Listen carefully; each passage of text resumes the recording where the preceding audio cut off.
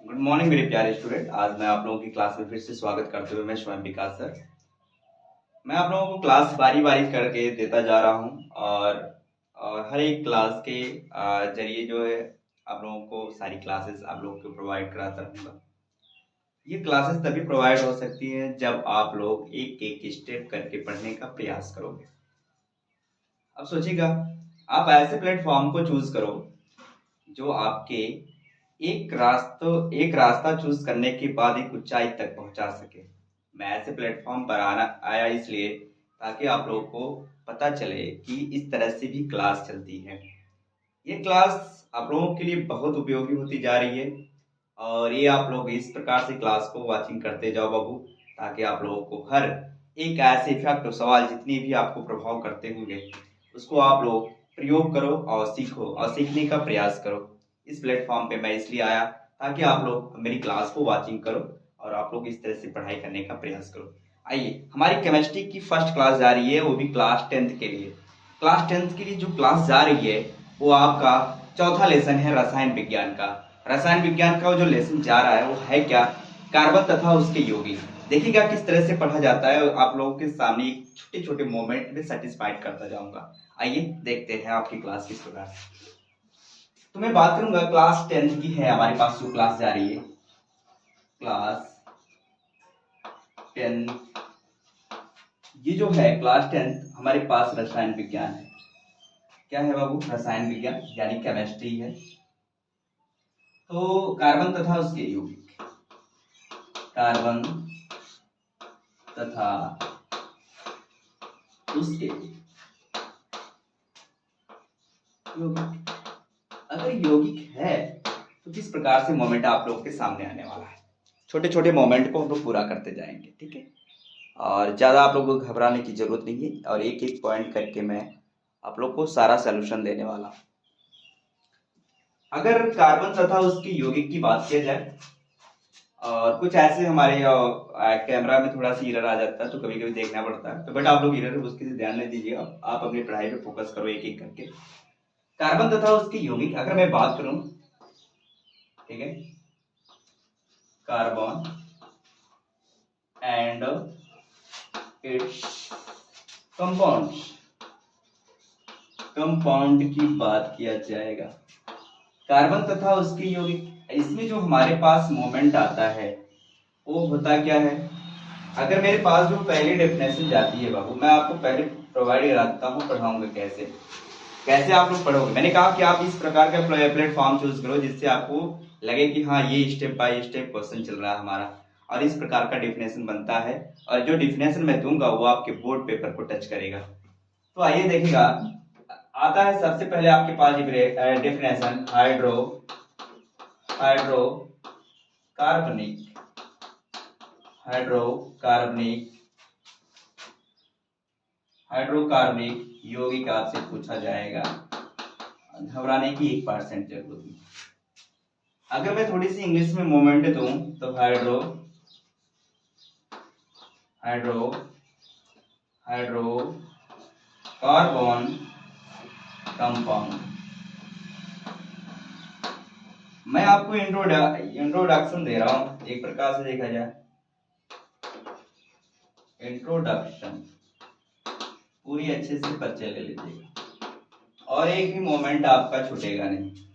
ये मोमेंट में जो आ रहा है, ज्यादा मैंने कहा समय नहीं लूंगा, इसमें दो लोगों का नाम आएगा। दो लोग कौन हो सकते हैं? एक हाइड्रोजन होगा और एक क्या होगा बाबू? कार्बन होगा।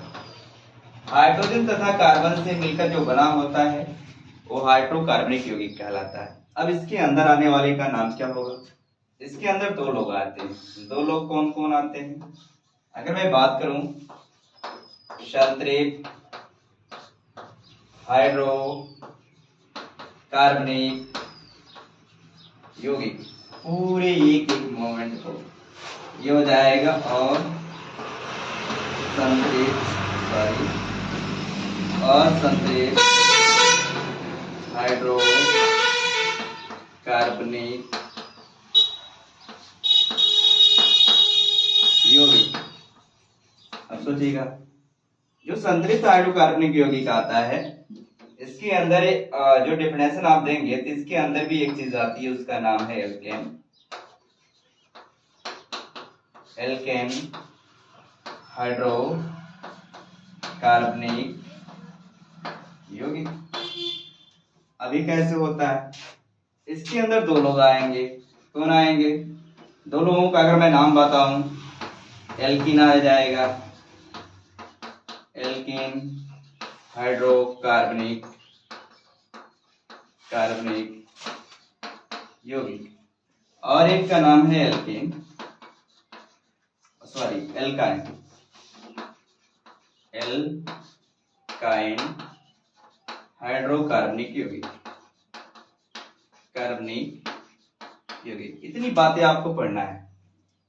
आपका जो डिफरेंशियल बार बार पेपर में बनता है संतृप्त हाइड्रोकार्बनिक और असंतृप्त, तो आइए हम इसको स्टेप बाय स्टेप, तो ये आपका इंट्रोडक्शन, ये आपके क्या होता है, ये फेयर रूप में नहीं लीजिएगा, बट रफली इस तरीके से आप इसको समझिएगा। अब मैं फेयर रूप से आपको बताता हूँ किस प्रकार से फेयर रूप से आप लोग करोगे। तो आइए देखते हैं, एक एक डेफिनेशन देते हुए जाएंगे और इस लेक्चर भी इसके साथ, ठीक है। मोमेंट को समझते जाइएगा, एक एक स्टेप करके देंगे और इस तरह का आपको ये सारी बातें पढ़ना है। और आज की इतनी क्लास मैं दे पाऊंगा और बहुत अच्छी तरह से देने वाला हूँ। ये आपकी केमिस्ट्री क्लास आ रही है और यहाँ पर थोड़ी साउंड को प्रॉब्लम तब है, देखिएगा आगे। अगर मैं बात करूं पूरी क्लास की, अगर आपसे पूछा जाता है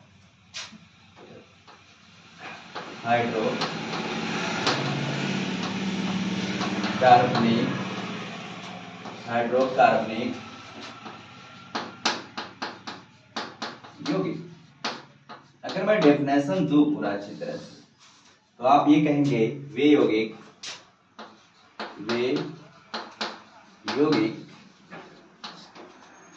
जो कार्बन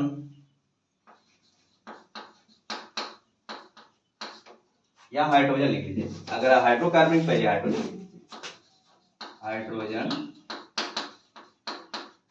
हाइड्रोजन तथा कार्बन, हाइड्रोजन तथा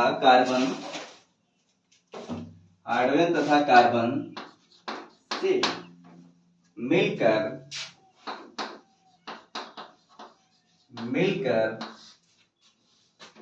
बना होता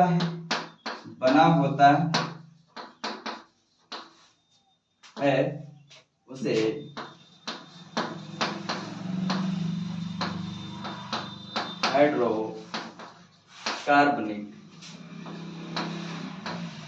हाइड्रोकार्बनिक यौगिक कहते हैं।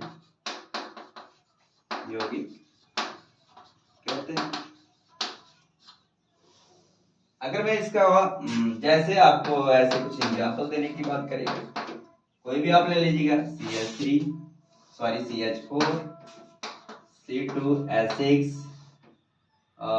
C6H6 आदि। इसी प्रकार से इसमें आने वाला जितना भी होगा वो क्या होगा, हाइड्रोकार्बनिक यौगिक कहलाएगा। क्या कहलाएगा? हाइड्रोकार्बनिक यौगिक। अगर मैं सारे मोमेंट को एक एक करके बताऊं तो आप लोग बहुत समझ आने वाला।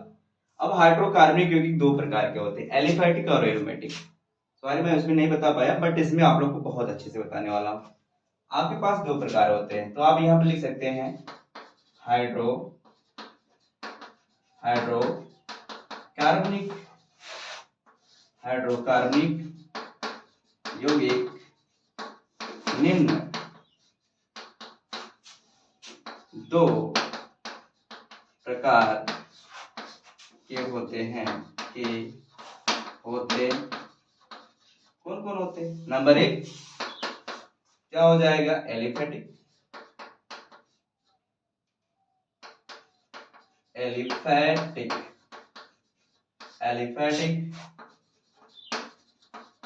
हाइड्रोकार्बनिक क्या बाबू, यौगिक। दूसरे की बात मैं करूंगा, एरोमेटिक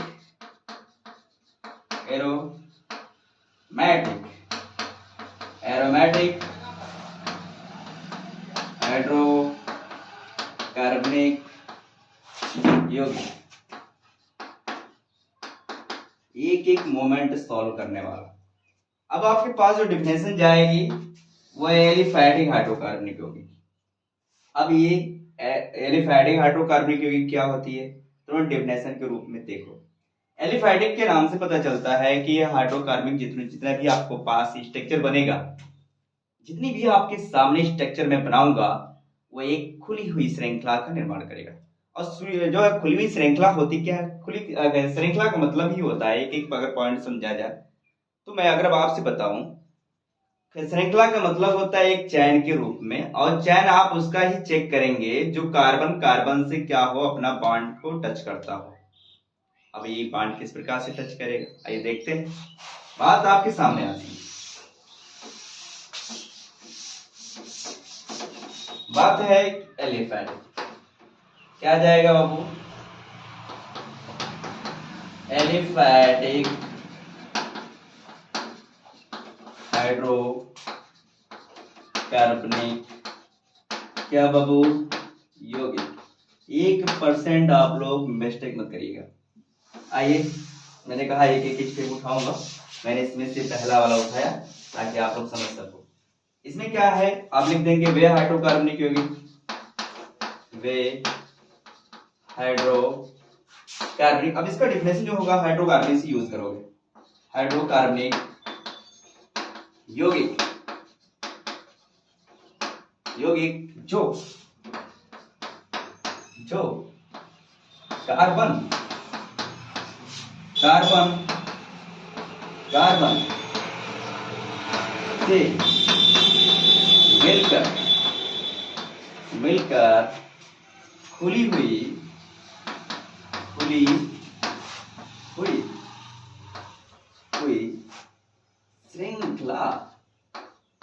श्रृंखला अगर मैं क्वेश्चन में लिखूं तो इंग्लिश में बोला जाएगा चैन। खुली हुई श्रृंखला का निर्माण करता है तो उसे एलिफैटिक हाइड्रोकार्बनिक यौगिक कहते हैं। एलिफैटिक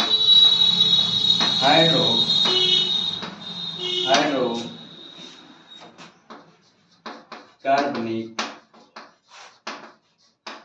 यौगिक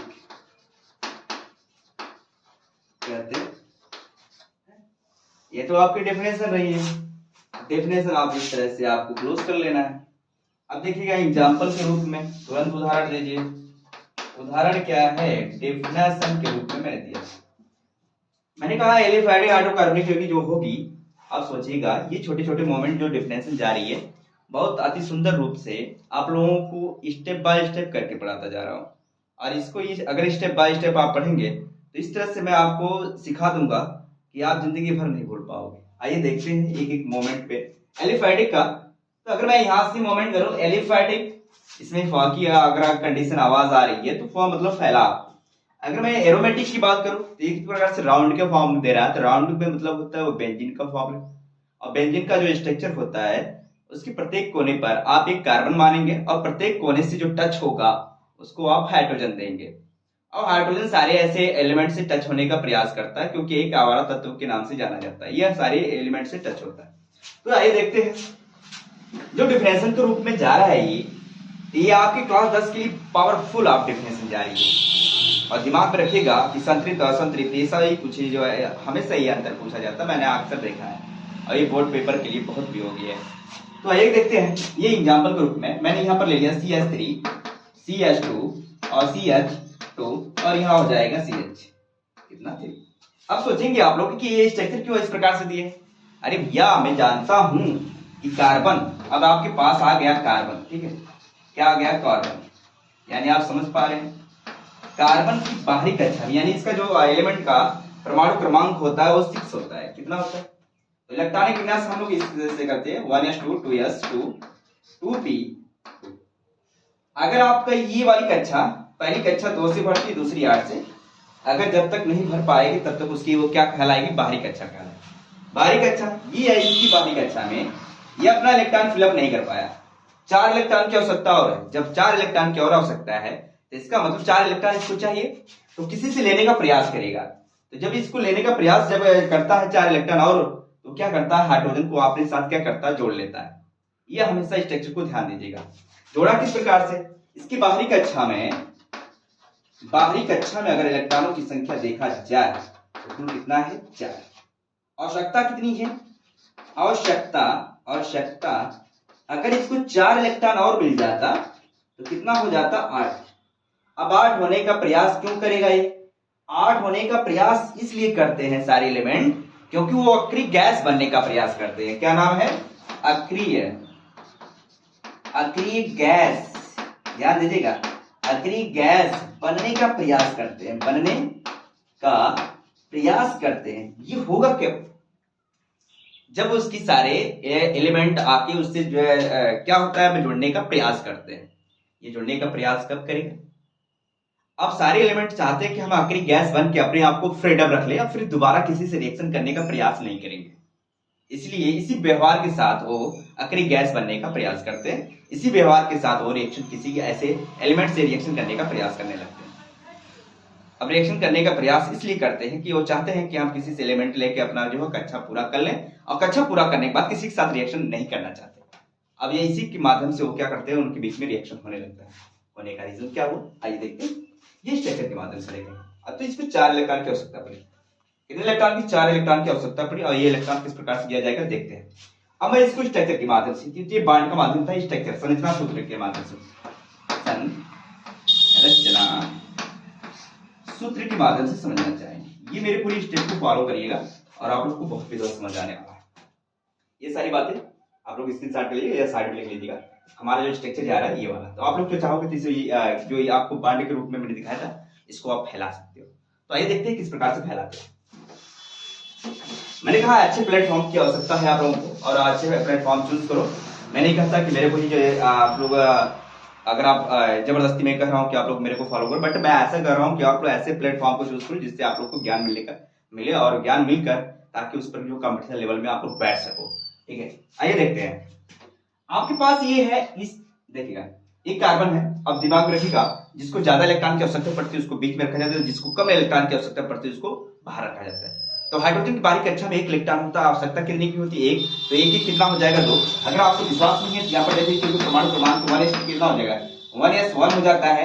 तो आप बताइए इसको 1 इलेक्ट्रॉन की और आवश्यकता है कि नहीं, इसका मतलब बाहरी कक्षा में क्या इलेक्ट्रॉन माना जाएगा, बाहरी कक्षा में अगर इलेक्ट्रॉनों की संख्या मानी जाएगी इसकी तो 1 कही जाती है। आवश्यकता कितने की पड़ती है, 1। तो ये चाहता है कि मैं 2 इलेक्ट्रॉन से अपनी कक्षा को पूरा कर लूं।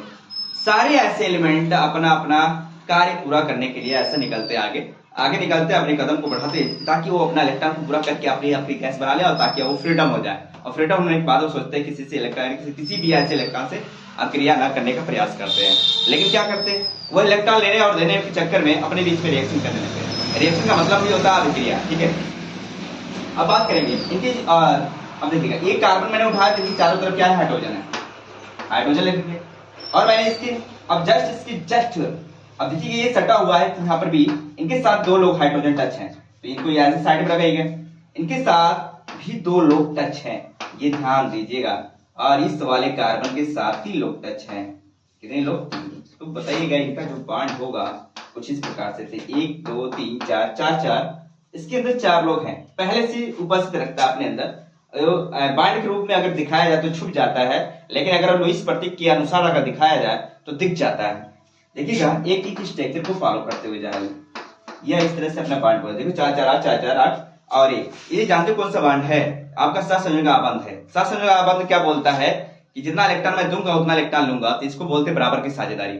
जिसके बीच में बराबर की साझेदारी होती है उसको हम लोग बोलते हैं सहसंयोजक बंध। अगर आप लोग को ऐसा लगता है कि नहीं समझ आ रहा, तो एक एक स्टेप करके मैं क्या बोलूंगा उसका डेफिनेशन देके आप लोग को एक एक बांड के रूप में आप लोग को सामने साक्षात रख दूंगा, ताकि आप लोग देख पाओ कि किस प्रकार से इलेक्ट्रॉन कोई लेता है, किस प्रकार से देता है। ये आपको मैं इसलिए डेफिनेशन के हिसाब से ये जल्दीबाजी में आपको दे रहा हूं, ताकि आप लोग समझ सको कि इस प्रकार से बांड होता है कि एक खुली हुई श्रृंखला, मैंने बोला था कार्बन कार्बन से मिलकर एक लंबी श्रृंखला का निर्माण करें, यानी खुली हुई श्रृंखला का निर्माण करें, उसे हम लोग क्या बोलते हैं, एलिफैटिक कहते हैं। ये सारी बातें आप लोग ध्यान दीजिएगा। अब आप ध्यान दीजिएगा, अब एलिफैटिक हाइड्रोकार्बनिक यौगिक कितने प्रकार के होते हैं, 2 प्रकार के होते हैं। कितने, आइए देखते हैं।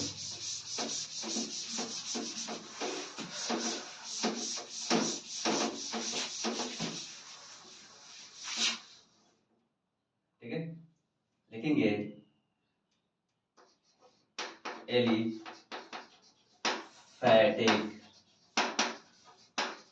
हाइड्रोकार्बनिक यौगिक निम्न दो प्रकार के होते हैं। कौन कौन होते हैं? पहले की बात मैं करूं। नंबर 1, संतृप्त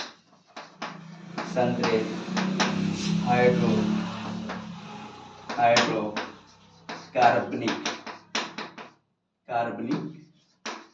यौगिक। दूसरा है असंतृप्त हाइड्रोकार्बनिक यौगिक। स्टार्ट में दिया हाइड्रोकार्बनिक यौगिक। अगर मैं कहूँ तो आप लोग सुंदर सुंदर मोमेंट्स इसको पूरा करते रहिएगा। बात करेंगे संतृप्त हाइड्रोकार्बनिक यौगिक। अब मैं इसको दिखाऊंगा इसका डिफिनेशन किस प्रकार से। तो ये दो प्रकार के होते हैं, तो एक डिफिनेशन आप लिखिएगा, इसको हम लोग लास्ट में टच करने वाले हैं। और सुनिएगा, ये जो भी श्रृंखलाएं बनाएंगी एलिफैटिक का जैसा बनाना चाहिए।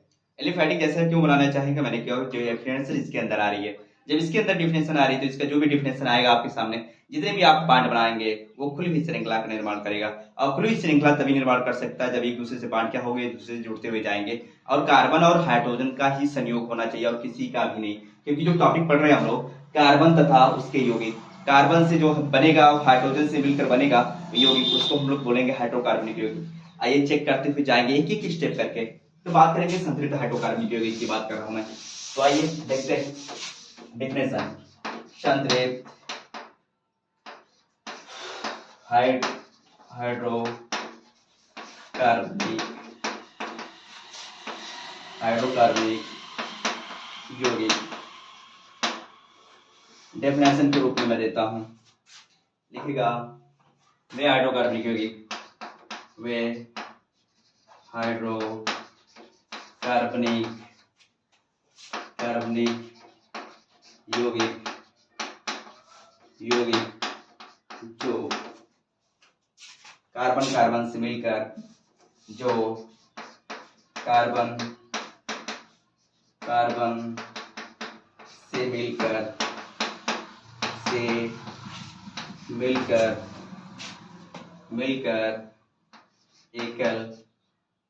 एकल बंध यानी सिंगल बॉन्ड का निर्माण करता है,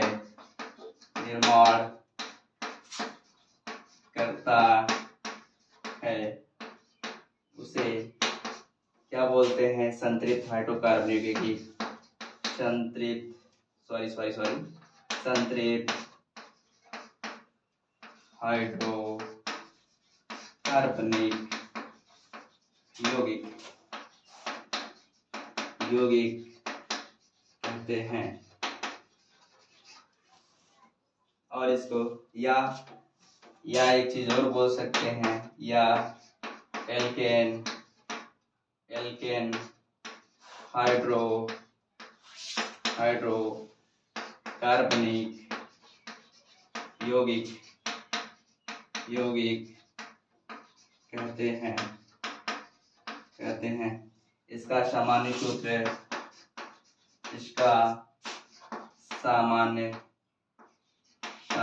सूत्र बहुत इंपॉर्टेंट बात है। इनका सामान्य सूत्र अक्सर पूछा जाता है 1 नंबर में, CnH2n+2 होता है। आइए n बराबर क्या होगा, अब इसको हम लोग इस सेक्टर के माध्यम से समझना चाहेंगे। देखिएगा किस प्रकार से होने वाला है। ठीक है, जहां अगर n बराबर मैं ले लूं, n बराबर 2 रख के चलते हैं, कितना 2, तो देखिएगा इसकी स्ट्रक्चर में क्या प्रभाव पड़ता है। और मैंने बोल रखा है कार्बन से मिलकर एकल बॉन्ड का निर्माण करेगा। क्या ये बात सत्य है? आज मेरी क्लास यहीं तक होगी। वैसे अगर आप लोग को नेक्स्ट क्लास चाहिए तो आप लोग कमेंट करिएगा, लाइक करिएगा, सब्सक्राइब, ताकि नोटिफिकेशन आप लोग के पास पहुंच सके। देखिएगा यहाँ पर हो जाएगा n, यहाँ हो जाएगा c, मैं यहाँ पर 2 रखूंगा क्योंकि n बराबर का 2, यहाँ पर हो जाएगा 2 × 2, इसका मतलब हुआ +2। देखिएगा 2, 2 दूना क्या हो जाएगा 4 प्लस 2 कितना हो जाएगा बाबू 2, ये हो जाएगा 2 और 4 कितना हो जाएगा 6। अब इसको स्ट्रक्चर के माध्यम से देखना चाहेंगे। स्ट्रक्चर देखिएगा ऊपर में बना दे रहा हूँ। अरे बहुत इसी प्रकार से आप लोग एक एक स्टेप करते जाइएगा बाबू, क्योंकि जो डेफिनेशन मैंने दिया है उसी के माध्यम से यहाँ संरचना सूत्र दे देता हूँ। संरचना सूत्र बहुत फास्ट और आप बहुत अच्छी केमिस्ट्री क्लास देने वाला। नहीं आएगा तो बताइएगा, मैं सारे पॉइंट को आप लोग के सामने तो बताइएगा। मैंने कहा था कि यहाँ पर देखिएगा 2 है, 2 कार्बन इसमें 6 है, तो ये क्या करेंगे 3-3 का बंटवारा कर लेंगे ताकि बराबर की साझेदारी कर सके। बराबर की साझी करने के लिए एक दूसरे को 3-3 के बंटवारा में क्या करें कन्वर्ट हो जाते हैं। अब इनके बीच में एक एक इलेक्ट्रॉन, और ये क्यों ऐसा किया, क्योंकि हम जानते हैं कार्बन की बारीक कक्षा में 4 होता है, 4 की आवश्यकता पड़ती है किसी से लेने का प्रयास करेगा तो 3 लोग इधर से एक तो अपने भाई से ले लेता है, भाई मतलब अपने कार्बन से टिकन से ले सकते हैं अपने सेम भाई से, क्योंकि उसके पास ज्यादा इलेक्ट्रॉन है और एक ज्यादा इलेक्ट्रॉन की आवश्यकता भी है। तो क्या हुआ 3 इधर हो गया था, 3 1 4 4 4 8, इसी तरह से ये भी ले लेगा।